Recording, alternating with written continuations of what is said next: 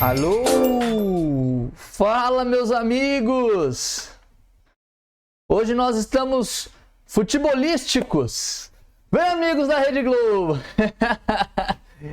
Fala, meus irmãos! Como é que vocês estão? Hoje na nossa live o assunto vai ser São Paulo e a vitória do São Paulo esse domingo sobre o Flamengo. Gente, antes de mais nada eu quero te falar aqui. Você é São Paulino? Você vai gostar muito dessa live. Você não é São Paulino, torce para o Flamengo ou para qualquer outro? Talvez você não goste tanto assim do tema do São Paulo. Porém, todavia, entretanto, nós aqui não vamos apenas falar do São Paulo, mas nós vamos falar aqui de coisas que nós podemos aprender com essa vitória do São Paulo. Se é a sua primeira vez assistindo uma live minha, essas lives aqui eu trago notícias do que aconteceu durante a semana e eu relaciono, faço um link com o Evangelho, com a Palavra de Deus, coisas que a gente pode aprender de diferentes coisas que rolaram ao longo da nossa semana. E eu não posso negar, eu sou São Paulino, eu estava animado para esse jogo, estava aqui até me segurando para não botar a camisa do São Paulo, mas de verdade, gente, essa live é para todo mundo. Se você é São Paulino, se você não é São Paulino, se você nem gosta de futebol, vem comigo que eu vou te contar a trajetória que o São Paulo percorreu para chegar até onde chegou, o que a gente pode aprender com isso e quais são os princípios e valores bíblicos que existem nesse caminho todo, nessa trajetória, beleza? Ao longo aqui do nosso vídeo, eu vou focar na lenda Dorival. Dorival vai ser um dos grandes personagens aqui dessa história que a gente vai estar juntos entendendo mais, debruçando aqui, e eu espero que a partir do Dorival a gente possa fazer um link com quem? Neemias, o livro de Neemias lá na Bíblia. Enfim, galera, vem comigo. Se você tá gostando, seja muito bem-vindo. Vamos lá, vamos chegando. Deixa o seu like, se inscreva aqui no nosso canal, galera. É muito importante. Ativa o sininho para não perder nenhuma notificação. Deixa aqui nos comentários, pessoal. Para que time você torce? Você torce pro São Paulo? Tá feliz? Tá animado? Aí que nem a gente, que nem eu, né, que sou torcedor? Ou você torce para outro time, mas tá curioso para saber que link que a gente vai fazer com a Bíblia trazendo a vitória do São Paulo? Enfim, deixa aqui nos comentários de que time você torce, se você nem gosta de futebol, se você gosta do São Paulo. Gente, vamos que vamos. Agora, galera, enquanto vocês estão chegando, enquanto vocês estão se aparecendo aqui, né, na nossa live hoje, eu preciso dizer, gente, nossa, foram anos de luta, anos de fracassos, anos de derrotas, né? São Paulo passou por muitos anos difíceis, né? Foi quase 15 anos, se eu não me engano, 12, 13 anos, sem ganhar um título de grande expressividade. Então, esse momento é nosso, esse momento aqui é pra gente. Então, deixa eu fazer para vocês aqui um negocinho, só para os São Paulinos, só rapidinho, viu, gente? Só para os São Paulinos. Vamos tocar aqui o nosso hino. Vocês estão ouvindo? Acho que não, calma aí. Deixa eu voltar, galera, é sério, é rapidinho, é o nosso momento, a gente merece, vamos lá. O clube Alves, o tricolor paulista, amado clube brasileiro. São Paulo campeão, galera, isso é bom, pronto, prometo, parei, prometo que foi só um pouquinho mesmo, só pra deixar a gente animado aqui pra essa live. Vamos que vamos. Gente, hoje nós vamos falar desse São Paulo que se tornou o campeão de tudo. Como assim campeão de tudo? Pois é, todos os prêmios, todas as taças que ele poderia levantar, ele levantou nesse momento. Vamos aqui para as nossas notícias. Vamos pegar aqui, né, a cobertura disso tudo que a gente está falando. Olha isso aqui, ó, campeão de tudo. Não sei o que estou falando, o site da UOL disse isso aqui: São Paulo supera o Flamengo, conquista a Copa do Brasil pela primeira vez. É o título que faltava ao clube. Olha aqui que interessante, aqui tem algumas fotos do jogo, né, aqui pelo R7, né, aqui trazendo. Aqui é o Nestor, que fez o gol do empate e ao mesmo tempo o gol da virada. Caso você não saiba, né, caso você não entende futebol, nossa, mas como é que o São Paulo empatou e ganhou? É porque teve o jogo no Morumbi não, desculpa, lá no Maracanã, lá no Rio de Janeiro, onde o nosso grande Caleri, ele fez o gol, e aí o São Paulo saiu de lá vitorioso, e no saldo de gols, juntando os dois jogos, São Paulo vence 2-1 aqui, e aqui é o Nestor, o pequeno Nestor, o menino Nestor, jovem, muito jovem, mas que fez aqui o gol da virada. Deixa eu trazer aqui algumas outras fotos. Aqui é mais uma vez a comemoração, ó, do Caleri, que fez o gol no primeiro jogo, o Nestor, que fez o gol no segundo. Aqui o grande Dorival, nossa grande estrela, que a gente vai estar falando mais ao longo do dia. Aqui é o Lucas também, outro grande jogador, jogou uma partida maravilhosa. Gente, de verdade, para os dois lados, Flamengo foi muito bom, São Paulo, na minha humilde opinião, foi superior de fato, mas foi um jogo muito equilibrado, o Flamengo saiu na frente. Teve muita coisa boa, jogo, futebol muito bom. Final, né? Final é sempre tenso, sempre complicado. Copa do Brasil é um título importante, né? Muito importante aqui no Brasil. Aqui é o técnico do Flamengo. E aqui você vai vendo aqui algumas fotinhos do jogo. Aqui é os times aqui, ó, coisa bonita. Time do São Paulo, time do Flamengo. Eles aqui se aquecendo antes do jogo. Calor demais, gente. Nossa, essa semana tá muito calor. Semana passada, final de semana já foi difícil. Essa também, espero que chova um pouquinho hoje. Mas vamos lá. E aqui a torcida, gente. A gente vai falar da torcida também. Torcida que foi um grande motivador, um grande incentivador para essa vitória do São Paulo aqui. E é isso aí, galera. Vamos falar um pouquinho, né? Dessa história, deixa eu contar para vocês rapidamente, vamos do início, né? Não do início da história do São Paulo, não vou aqui trazer um histórico tão grande, porém é importante você saber da história recente do São Paulo. São Paulo ele tem passado por alguns problemas, tanto administrativos, tanto de gerência lá, né? Também de jogadores, alguns jogadores ali que São Paulo investiu, né? E que não foi bom os investimentos. Ao longo da última década, talvez, né? Dos últimos 15, 10 anos, São Paulo tem passado por grandes dificuldades, né? E teve uma diretoria bem ruim recentemente aí, que deixou o clube bem machucado.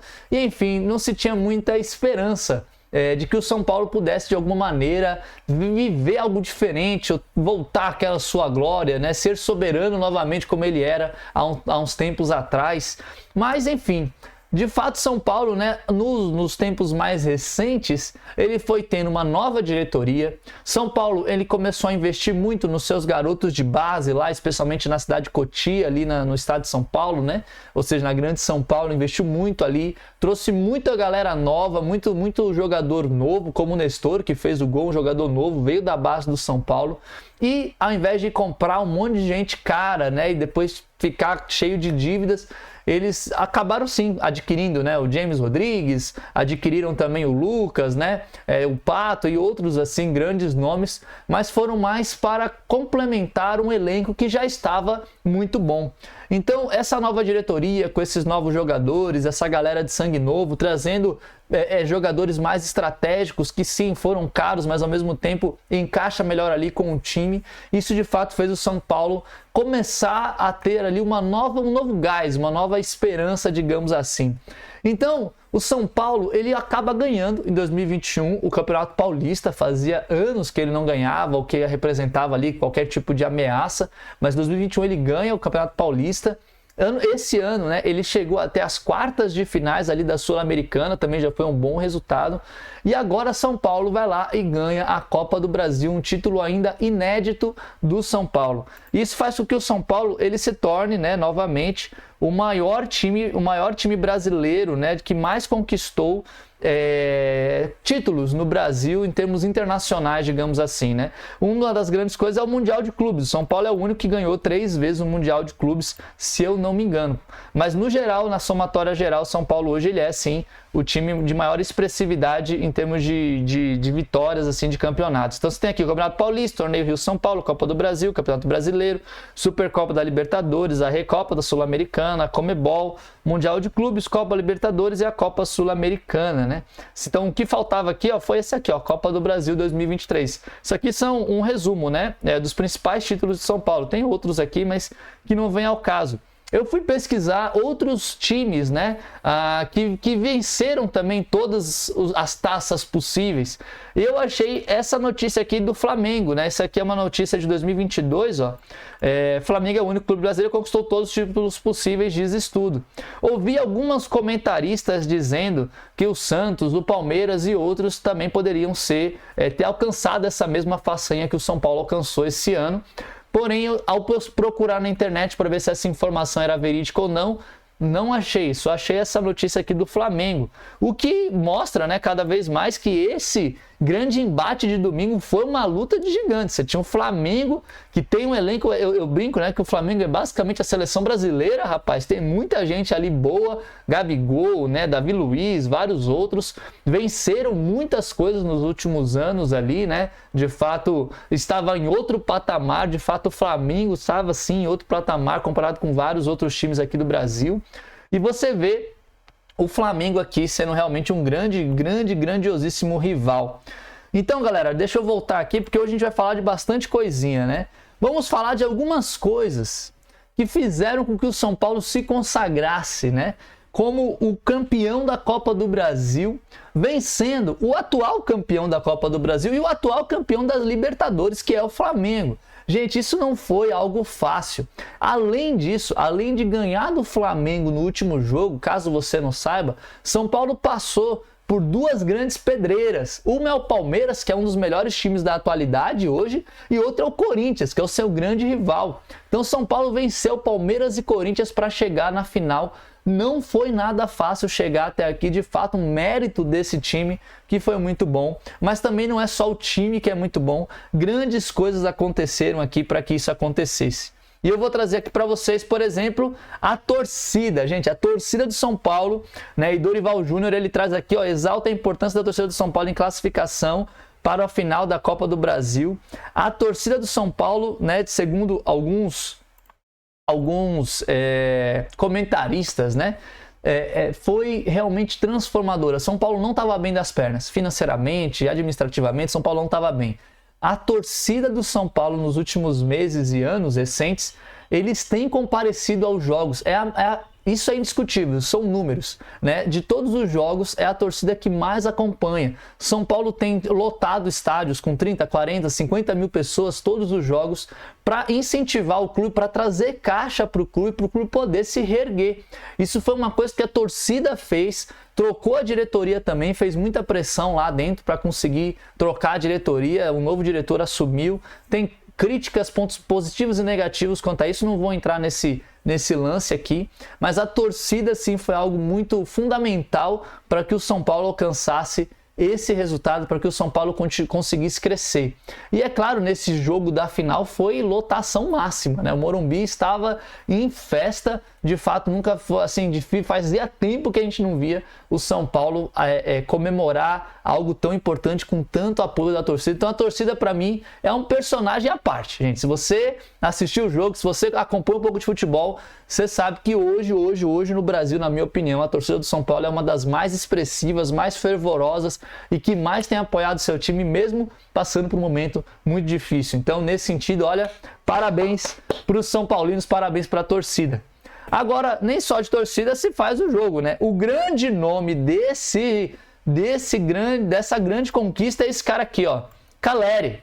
Caleri completa 30 anos, né? E está a 90 minutos de, enfim, se consagrar no São Paulo. Isso aqui foi uma notícia, do dia 23, 4 dias atrás, antes da final, onde você vê já aqui a revista aqui da UOL, né? Da UOL não, da Globo, né? Já dizendo que o Caleri, ele vai se consagrar caso o São Paulo ganhe. E de fato ele se consagra. Caleri é esse aqui, ó, caso você não conheça. Caleri, ele é um argentino, gente, ele é um hermano, ele não é brasileiro, ele é um argentino, um hermano, mas que conquistou o coração de todo mundo. O cara joga bem, ele tá na melhor fase dele do futebol, nunca apresentou um futebol tão bom quanto esse que ele tá agora aqui no São Paulo.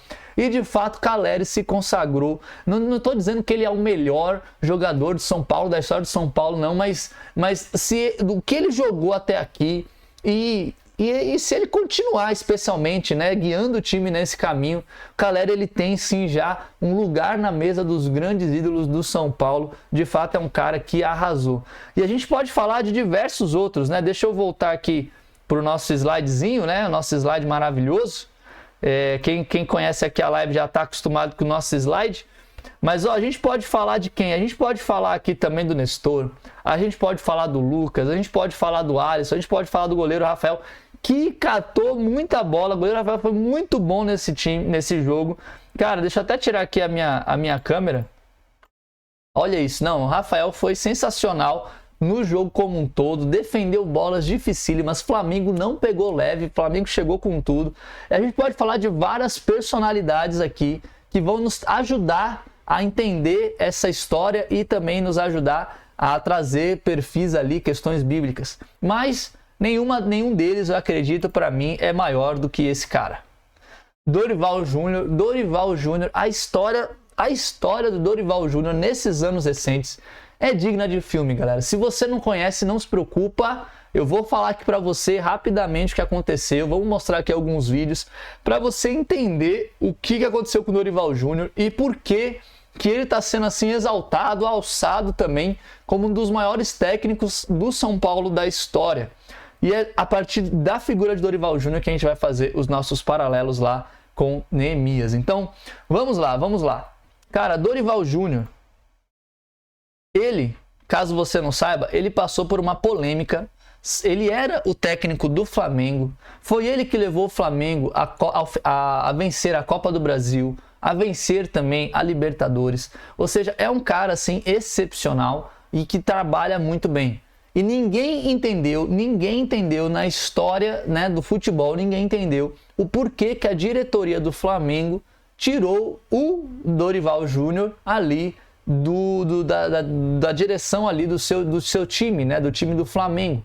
Dorival Júnior ficou algum tempo ali meio sem trabalho, né? Se não me engano, ele passou pelo Ceará, mas depois ele recebeu uma proposta de ir para o São Paulo. E ele recebeu muitas críticas por conta disso, porque o São Paulo, até o momento, né, estava caminhando, mas ainda estava distante de ver algo positivo, de que de fato fosse dar alguma vitória. Então ele foi muito criticado por isso, como se ele estivesse sendo rebaixado ali dentro da sua carreira. Porém, Dorival Júnior, ele não só assume o São Paulo, leva o São Paulo até a Copa do Brasil e vence o seu antigo time, vence em cima do Flamengo. Cara, muito louco. E aqui é ele mesmo falando um pouquinho dessa história. Vamos assistir aqui juntos. Um pouco chateado porque quando nós ganhamos aquelas competições, diziam que era um arroz e feijão, e que um arroz e feijão e que qualquer um faria igual pela capacidade do elenco do Flamengo. Um mês depois, por incrível que pareça, quando aquela mesma equipe não alcançava os resultados da disputa do Mundial, era uma equipe que precisava de reforços. Tinha acabado de ser campeão do Brasil, da Copa do Brasil e da Libertadores. Eu estranhei muito aquelas atitudes, aquelas colocações, as afirmações de muitos que no ano anterior diziam ser o melhor elenco da América. Aliás, desculpa, o ano anterior não. 30 dias atrás diziam ser o melhor elenco da América e que ganharia de qualquer jeito aquela competição. Então foi muito estranho tudo o que aconteceu. E tentando uma desqualificação de todo o trabalho que foi desenvolvido. E com todas as dúvidas e incertezas que foram geradas desde a minha chegada, inclusive com muitas opiniões que eu ouvi, que eu havia dado um passo errado na minha carreira, eu prometi a todos que nós não sairíamos esse ano do São Paulo, nós não fecharíamos o ano se não estivéssemos disputando uma final de competição. O que aconteceria nessas finais? Ninguém sabe, porque você não administra resultados. Mas eu estou muito satisfeito com o que eu estou vendo, porque é um grupo que até outro dia ainda não contava com o Lucas, não contava com o Rames. Show de bola, né? Então aqui é ele trazendo, né, um pouquinho... Antes de chegar aqui, vamos voltar. Aqui ele trazendo um pouquinho como que foi essa história para ele saindo do Flamengo. E não foi algo fácil assim, né? Ninguém na mídia, ninguém que acompanhou isso entende. Foi, na minha humilde opinião, viu, galera? Eu não sou comentarista, não entendo tanto de futebol nesse sentido, mas na minha opinião foi uma atitude um pouco injusta do que a diretoria do Flamengo fez. E isso, de fato, o próprio Dorival ele falou, olha, eu fiquei chateado, faz parte, é futebol, mas fiquei chateado e faz parte, a gente também, né, tem uma expectativa. Se o cara não tá dando resultado, é uma coisa. Agora, se o cara tá dando resultado, tá vencendo, e dizem pra ele que ele não tem mérito nenhum naquelas vitórias, qualquer um poderia fazer, dada a qualidade do time do Flamengo, cara, aí realmente é uma coisa que machuca, né? Porém, todavia, entretanto, Dorival, ele pega esse acontecimento e ele não deixa que isso abale né, de forma muito forte ou de forma a prejudicar um pouco o seu trabalho, a qualidade do seu trabalho. Ele continua focado, ele continua sendo um bom profissional e ele vai para o São Paulo. O Dorival ele sempre foi considerado alguém fácil de trabalhar, alguém que consegue se comunicar bem com as pessoas, e ele vai lá para o São Paulo, mesmo com todas essas críticas. E ao chegar no São Paulo é interessante ver essa atuação do Dorival, porque ao chegar no São Paulo, ele não menospreza o trabalho do antigo técnico, que para quem não sabe, era o Rogério Ceni. O Rogério Ceni, ele estava comandando ali o time do São Paulo e o Rogério Ceni foi sim, apesar de ele não ter sido o melhor técnico e ter causado ali algumas brigas com os jogadores, mas ele fez grandes mudanças e grandes alterações ali, reestruturações, que de fato, né, eu vi algumas entrevistas, os jogadores dizendo que o Rogério Ceni saiu do São Paulo dizendo, olha, o próximo técnico que vier aqui, ele vai ser campeão porque vocês estão preparados, estão bem. E o Dorival, nessa mesma entrevista que eu passei aqui, só um trechinho para vocês, ele fala isso, ele fala, olha, eu sou muito grato ao Rogério e tal, ele agradece, né, ele reconhece o trabalho do Rogério e ele vê, né, quando ele chega no São Paulo, que de fato é um time que tem capacidade de ganhar. Então é muito legal que ele não menospreza, ele não despreza ali o que foi feito antes, ele agradece, né, valoriza esse trabalho e diz que vai trabalhar mais, vai fazer melhor. Você vê aqui, ó, essa notícia, né, Dorival chega ao São Paulo, elogia o trabalho de Ceni e pede paciência, vim aqui para tentar vencer. Né? Aqui tem mais uma vez ele falando sobre isso, bem rapidinho, vamos ver aqui. O padrão, assim, se eu tiver a falar alguma coisa aqui, daqui a 30 dias eu já vou começar a encontrar um padrão para a equipe, eu vou estar mentindo. Eu vou tentar aproveitar o máximo possível o trabalho do Rogério. Por quê? Porque eu vou ter hoje apenas como treinamento. Olha, amanhã vai haver uma mudança? Não, esqueçam isso. A mudança ela vai sendo acrescentada aos poucos. O que eu espero é uma mudança comportamental, para que mantenhamos essa busca por resultados como vinha acontecendo, e melhoremos ainda mais. Eu acho que... Olha que bacana, ele reconhece aqui o trabalho do Rogério, reconhece o que o Rogério fez e fala, vamos pegar aquilo que é bom, vamos continuar melhorando. Gente, isso aqui é um líder. É um líder que sabe o que está fazendo, que não está ali brigando por egos, mas que visa o melhor, no caso dele, do seu time, visa o melhor aquilo que vai ser para o seu time. E aqui é interessante, né, que depois de algum tempo, né, ele faz algumas mudanças. Aqui tem essa notícia, se vocês quiserem ver depois, né, ele, por exemplo, esse jornalista aqui, né, ele traz que ele muda os volantes, né, ele tira uns jogadores, coloca outro, muda a forma de jogar, né, dialoga ali com alguns outros jogadores. Isso é bem interessante, que ele vai fazer sim mudanças, mas ele faz mudanças muito sutis, né, e ao mesmo, não sutis, não diria que são mudanças sutis, mas ele vai fazendo isso à medida que ele vai conhecendo o time. Ele chega, ele calma todo mundo, ele fala, ó, paciência, vamos com calma, começa a conhecer os jogadores, vai entendendo as forças de cada um, vai elevando as forças deles, e aí com isso ele vai mudando e ele vai ajeitando o time para que ele possa funcionar da melhor maneira possível. Ou seja, quando ele chega no São Paulo, mesmo desacreditado, ele vai lá com muita paciência, com muita calma, e ele vai construindo isso. Então, o que o Dorival ele fez? O que ele fez? Ele respeitou a liderança antiga, né? Reconhecendo os seus erros, mas também reconhecendo aquilo que foi bom, e isso é um sinal de muita humildade, muito respeito. Ele se conecta com os jogadores, ele acredita, né, nesse sonho, porque ele vê a qualidade ali dos jogadores, ele começa a acreditar nesse sonho e ele começa a passar esse sonho para a galera, dizendo, olha, gente, é possível a gente vencer. E ele não traz isso porque ele era top, maravilhoso, o cara, o técnico. Não, ele fala porque vocês são bons, porque vocês conseguem, porque a gente vai trabalhar juntos. E aí ele leva esse sonho, traz esse sonho para todo mundo e todo mundo começa a sonhar com isso. E isso é um grande diferencial. Além disso, ele sabe dialogar com a torcida. Como eu falei, a torcida ela estava ali sedenta por mudanças, cobrando o time, e ele sabe dialogar com a torcida, sabe dialogar com a nova diretoria. E resultado disso tudo, voltando aqui para o nosso slide, resultado disso tudo, o cara faz história. O cara literalmente faz história, né? E aqui, ontem, né, domingo, ele aqui junto com o Muricy, Deixa eu tirar aqui a minha câmera. Ele e o Muricy juntos, tirando foto. O Muricy também, que é reconhecidamente um dos maiores técnicos já da história do São Paulo, né?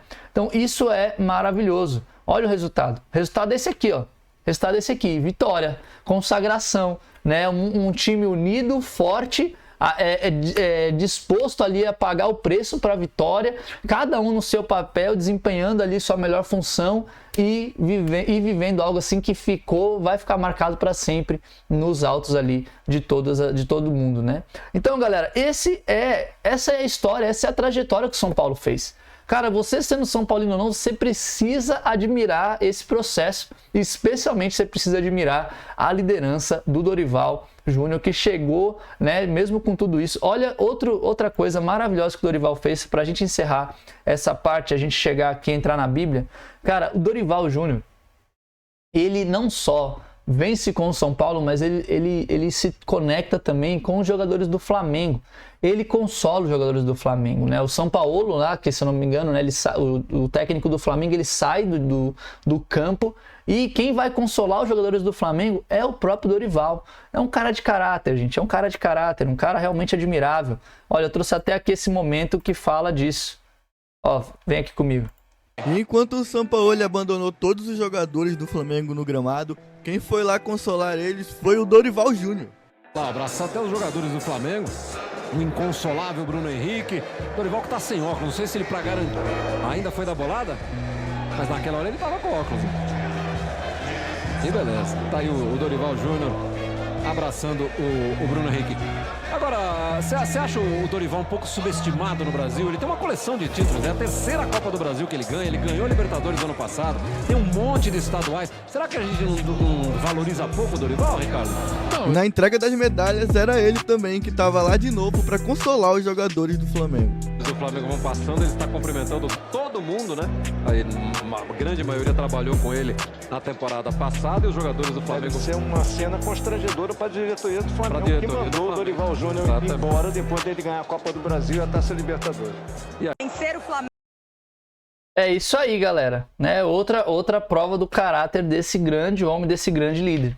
E aí, gente, agora eu quero falar com você. Vamos lá, vamos para a Bíblia. Vamos aqui pegar entender essa história e analisar com a nossa vida espiritual. Quero falar com você, especialmente você que está liderando alguma coisa na sua igreja, seja um grupo de família, um ministério, alguma célula, né? Na minha igreja a gente chama de igrejas em casa. Seja você liderando até a igreja como um todo. Todos nós que estamos em alguma esfera de liderança, especialmente nessas esferas que a gente trabalha com grupos pequenos, que a gente está em contato direto com as pessoas, a gente precisa pegar isso aqui e absorver para a nossa vida. Isso é muito importante, isso aqui é um exemplo tremendo de caráter e de liderança, ok? Então vamos lá, porque isso aqui me lembra muito, muito, muito mesmo a história do nosso querido Neemias. Vamos vir aqui para o nosso grande Google Docs, onde a gente está acostumado aqui já a fazer aqui as questões. A gente vai ler algumas escrituras do livro de Neemias, ok? Neemias, vamos ler lá. Neemias capítulo 1, do versículo 1 ao 7. Vamos lá comigo. Deixa eu colocar aqui, foi mal aqui. Neemias 1, do 1 ao 7. As palavras de Neemias, filho de Acalias. No mês de Quisleu, no 20º ano, enquanto eu estava na cidade de Suzã, Anani, um dos meus irmãos, veio de Judá com alguns outros homens e eu lhes perguntei acerca dos judeus que restaram, os sobreviventes do cativeiro, e também perguntei sobre Jerusalém. E eles me responderam: aqueles que sobreviveram ao cativeiro e estão lá na província passam por grande sofrimento e humilhação. O muro de Jerusalém foi derrubado e suas portas foram consumidas, destruídas pelo fogo. Quando ouvi essas coisas, sentei-me e chorei.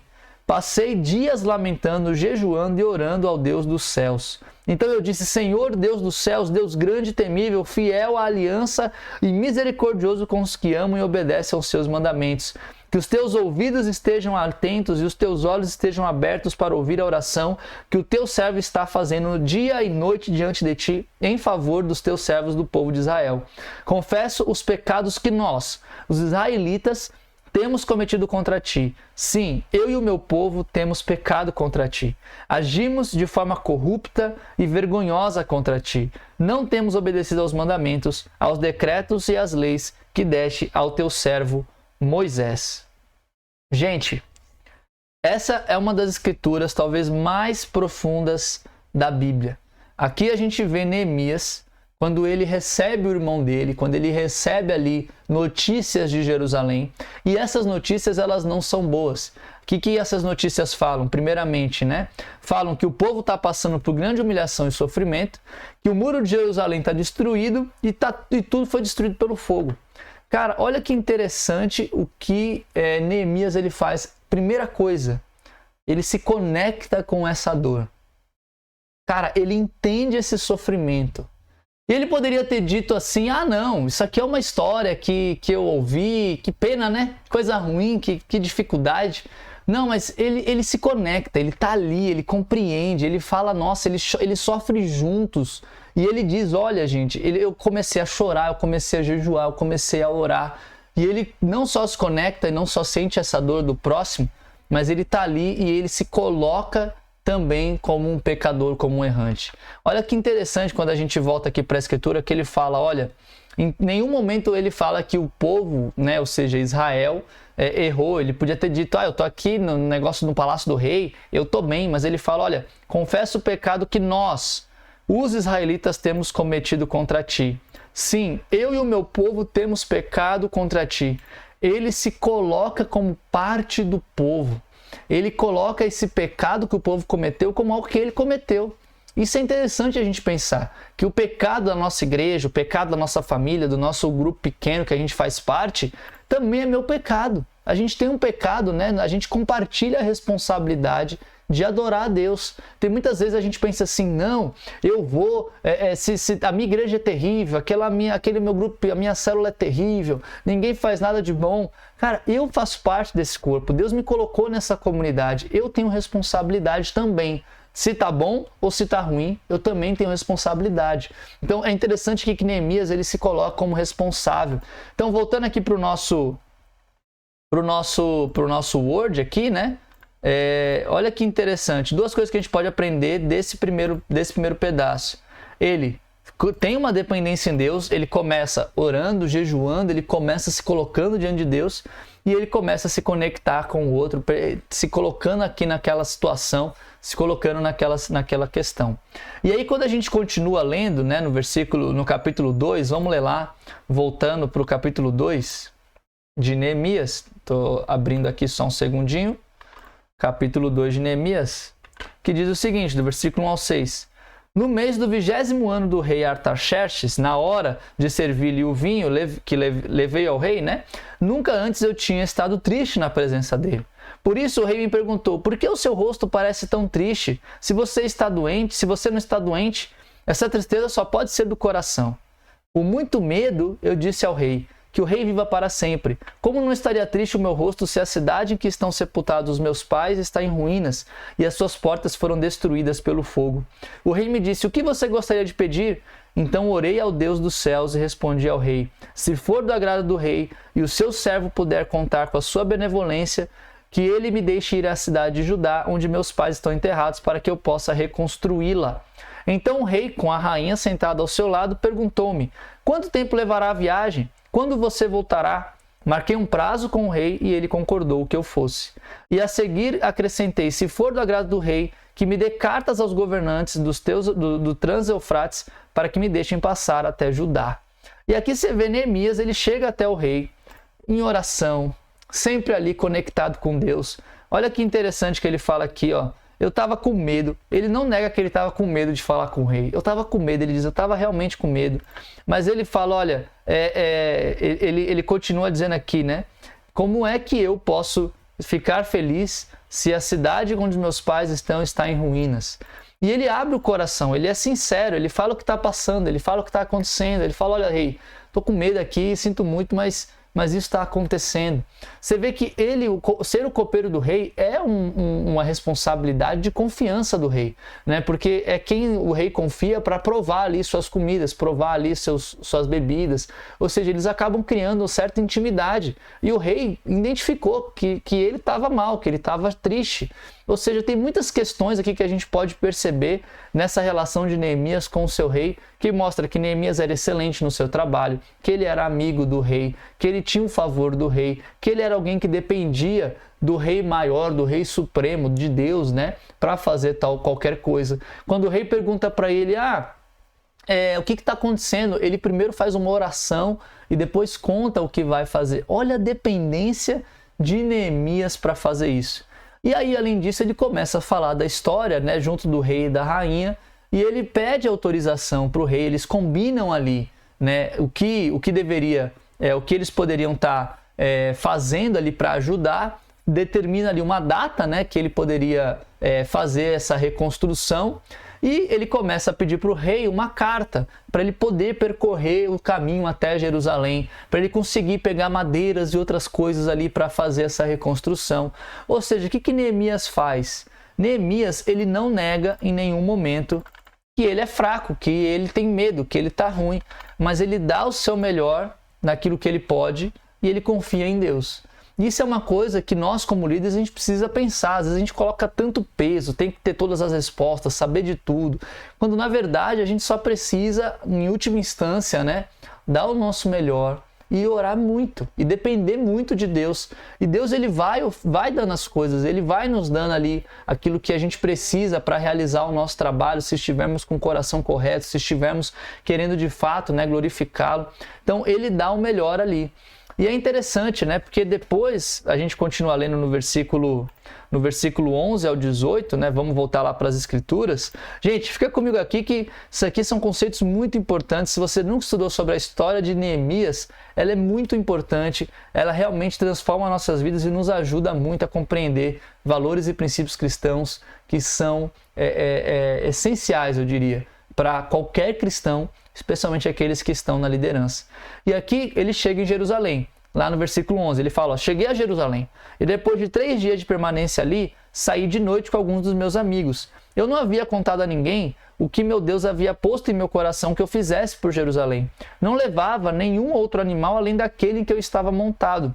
De noite saí pela porta do vale, na direção da fonte do dragão e da porta do esterco, examinando o muro de Jerusalém, que havia sido derrubado e suas portas que haviam sido destruídas pelo fogo. Fui até a porta da fonte do tanque do rei, mas ali não havia espaço para o meu animal passar. Por isso, subi o vale de noite examinando o muro. Finalmente voltei e tornei a entrar pela porta do vale. Os oficiais não sabiam onde eu tinha ido ou o que eu estava fazendo, pois até então eu não tinha dito nada aos judeus, aos sacerdotes, aos nobres, aos oficiais e aos outros que iriam realizar a obra. Então eu lhes disse, vocês estão vendo a situação terrível em que estamos. Jerusalém está em ruínas e suas portas foram destruídas pelo fogo. Venham, vamos reconstruir o muro de Jerusalém para que não fiquemos mais nessa situação humilhante. Também lhes contei como Deus tinha sido bondoso comigo e que o rei me tinha dito. Eles responderam, sim, vamos começar a reconstrução, e se encorajaram para esse bom projeto. Irmãos, aqui a gente vê muitas coisas importantíssimas, valiosíssimas aqui. Primeiro, ele chega em Jerusalém e ele passa 3 dias lá. Ele permanece em Jerusalém sem alarde, sem qualquer pinta ali do que ele está fazendo. Ele simplesmente vai lá e se conecta com as pessoas, ouve o que está rolando, ora mais a Deus, muito provavelmente, e ele está lá. Um pouquinho como o Dorival fez, né? Ele chegou lá no São Paulo, ficou em calma, ficou paz, elogiou ali o antigo técnico e falou, deixa eu ver o que está acontecendo. E ele vai lá, fica 3 dias ali vendo o que está acontecendo. Depois, né, ele sai de noite com alguns dos seus amigos que ele fez ali, e ele não contou para ninguém o que Deus tinha colocado no coração dele. E ele sai de noite, justamente para não levantar suspeitas. Ele não falou que era copeiro do rei, ele chegou só com o animal dele, ele não falou chegando, eu sou bom, eu sou o cara, eu vou resolver tudo, com o nariz empinado. Ele não fez isso. Ele chegou com muita humildade, foi de noite, foi vendo. E aqui você pode perceber que ele vai desde a fonte do dragão, provavelmente uma grande fonte, até a porta do esterco. E ele vai, né, examinando cuidadosamente cada coisa ali do muro de Jerusalém. Ele chega até o tanque do rei, vê que está tudo destruído mesmo, e ele se conecta mais uma vez. Ninguém sabia aonde ele estava indo, o que ele estava fazendo. E aí ele fala, olha, gente, eu estou vendo a situação, tudo foi destruído, mas olha, a gente não pode ficar assim. Deus tem sido bondoso, Deus tem revelado sua vontade, olha o que o rei falou sobre isso, vamos juntos mudar essa história, vamos aqui trabalhar por esse bom projeto. E aí as pessoas se encorajam. Olha que maneiro, vamos voltar aqui. O que essa parte das escrituras ela nos ensina? Ela nos ensina o seguinte, olha, humildade e respeito. Primeira coisa que Neemias faz quando ele chega com humildade, ele chega respeitando, ele chega ali para os oficiais, ele não se coloca como superior, ele fala, olha, a gente está nessa situação, isso é difícil, isso é complicado, vamos mudar isso, vamos lutar juntos. E aí ele inspira com a palavra de Deus. Não é o Neemias querendo fazer as coisas, o Neemias que vai ser o grande salvador, o grande protetor, o grandioso, não, vamos juntos fazer isso.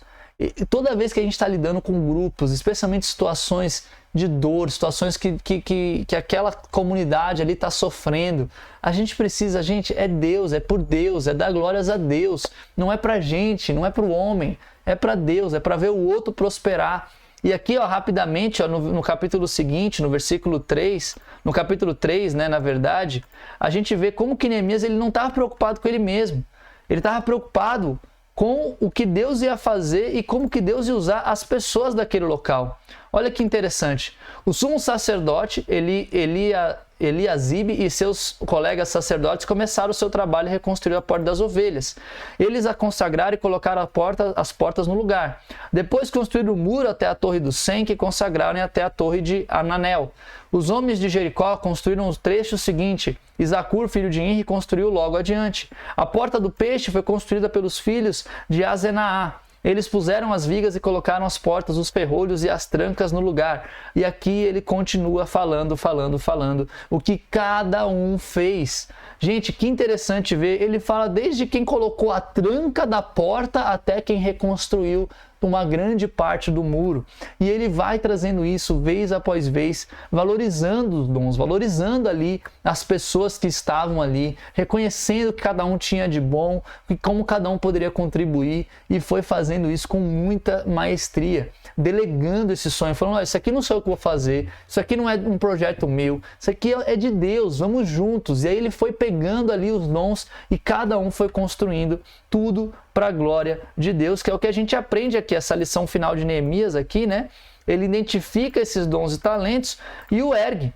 Muitas vezes o que acontece quando a gente tem uma liderança arrogante, uma liderança que quer estar sempre na frente, fazendo todas as coisas, a maioria das vezes a gente pega tanta obrigação e tanta responsabilidade para a gente que a gente fica sobrecarregado. A gente simplesmente não consegue dar passos à frente porque a gente está carregando todo mundo. Sendo que para uma boa liderança acontecer, nós precisamos diminuir e erguer o outro, erguer aqueles que estão abaixo de nós e, acima de tudo, dar glórias ao nome de Deus e não a nós mesmos. Então, gente, essa é um pouco do conteúdo que eu queria trazer para vocês aqui. E aqui eu vou resumir tudo o que a gente falou, tanto da história do Dorival, tanto na história de Neemias. Neemias nos ensina a orar. Está dependente de Deus ali, orando sempre, jejuando, isso é muito bom. Uma coisa que tanto Neemias quanto Dorival fizeram, escutaram, tiveram uma escutativa, entenderam a realidade ali do seu time, a realidade do povo que eles estavam envolvidos. Você precisa não chegar como aquele cara que tem todas as respostas. Ouve, entende a sua comunidade, entende o seu grupo pequeno, entende o que eles estão passando e escuta de verdade, ouve de verdade que eles estão, quais são os seus pensamentos. Depois, foque em Deus, galera. Isso aqui é uma coisa que o Dorival ele trouxe, né, focando no sonho de conquistar a Copa do Brasil. A gente como cristãos e Neemias também, né, eles trazem a gente num foco em sonhar em Deus. O muro de Jerusalém, tudo que foi construído, não foi para o povo de Israel ser exaltado, foi por Deus. E ele diz isso lá no início do capítulo, no início do livro, né? Ele fala, olha, isso aconteceu porque a gente estava distante do Senhor. Eu quero reconstruir esse muro para que o povo de Israel possa voltar a se fortalecer para estar perto de Deus. O objetivo sempre é estar perto de Deus. Não é construir uma igreja bacana, não é ter ali inúmeras pessoas no culto. Tudo isso pode ser consequência, mas o nosso coração tem que ser um foco em glorificar a Deus o tempo todo. Logo, sonhe o que vem do alto, né? Não sonhe aquilo que é terreno. Eu sonho por uma igreja que vai ter um templo, que vai ser grande, que vai vir muitas pessoas. Cara, sonhe o que vem do alto. Às vezes, o sonho de Deus para a sua vida não é construir uma mega church, mas é de fato se envolver com uma comunidade local, ajudar os pobres que estão ali, e às vezes é isso que Deus quer que você faça. E você vai fazer isso com alegria e gratidão quando você entende o que isso vem de Deus e não do seu próprio coração. Eu digo uma coisa, se os sonhos, se os projetos vêm de Deus, não importa se a gente está na frente ou não, aquilo vai acontecer. Deus vai levantar pessoas. Deus vai trazer mão de obra para que aquilo aconteça. Se for de Deus, as coisas vão no fim se desenrolando, porque Deus ele age em todas as coisas para o bem daquele que o ama e para a honra e glória dele mesmo. Então, de fato, Deus ele vai agir dessa forma para que as coisas aconteçam. E às vezes ele vai me usar, às vezes ele não vai me usar. Eu preciso me conectar com esse sonho de Deus. Por fim, inspire com a palavra. Isso é uma coisa que Neemias fez bastante. Não era sobre ele, era sobre Deus, era sobre a palavra de Deus. A gente não vai encorajar ninguém a construir um grupo, uma família, a construir uma igreja que seja, se a gente não trazer realmente os princípios bíblicos do porquê que devemos fazer isso. Os porquês têm que estar muito claros, os porquês cristãos, os princípios, os valores precisam estar muito claros quando a gente inicia qualquer projeto, seja ele pequeno ou grande, na igreja ou até mesmo na nossa família ou até mesmo no futebol, como a gente viu aqui com o Dorival Júnior. Galera, essa foi a nossa live de hoje, eu espero que você tenha gostado, gente. Tem muita coisa bacana que a gente pôde ver do São Paulo, do que eles passaram, das questões que eles viveram, né? Muita coisa bacana que a gente aprendeu ali do Dorival. E é claro, também a gente pôde perceber também muitas coisas legais na vida de Neemias que nos incentivam a sermos cristãos melhores, líderes melhores, e assim a gente vai ter também comunidades de fé muito melhores, muito mais saudáveis. Galera, se você gostou, olha, eu te peço mais uma vez, curte aqui esse vídeo, se inscreva no nosso canal, comente o que você achou disso tudo que eu estou falando, fez sentido, você gostou, como é que foi para você? Diga aí, vamos juntos construir uma comunidade de cristãos que buscam viver o evangelho de verdade na prática no seu dia a dia, tá bom? Um grande abraço para vocês e a gente se vê na próxima live semana que vem, quarta-feira, 7h30 da noite, estaremos de volta. Valeu, tchau, tchau!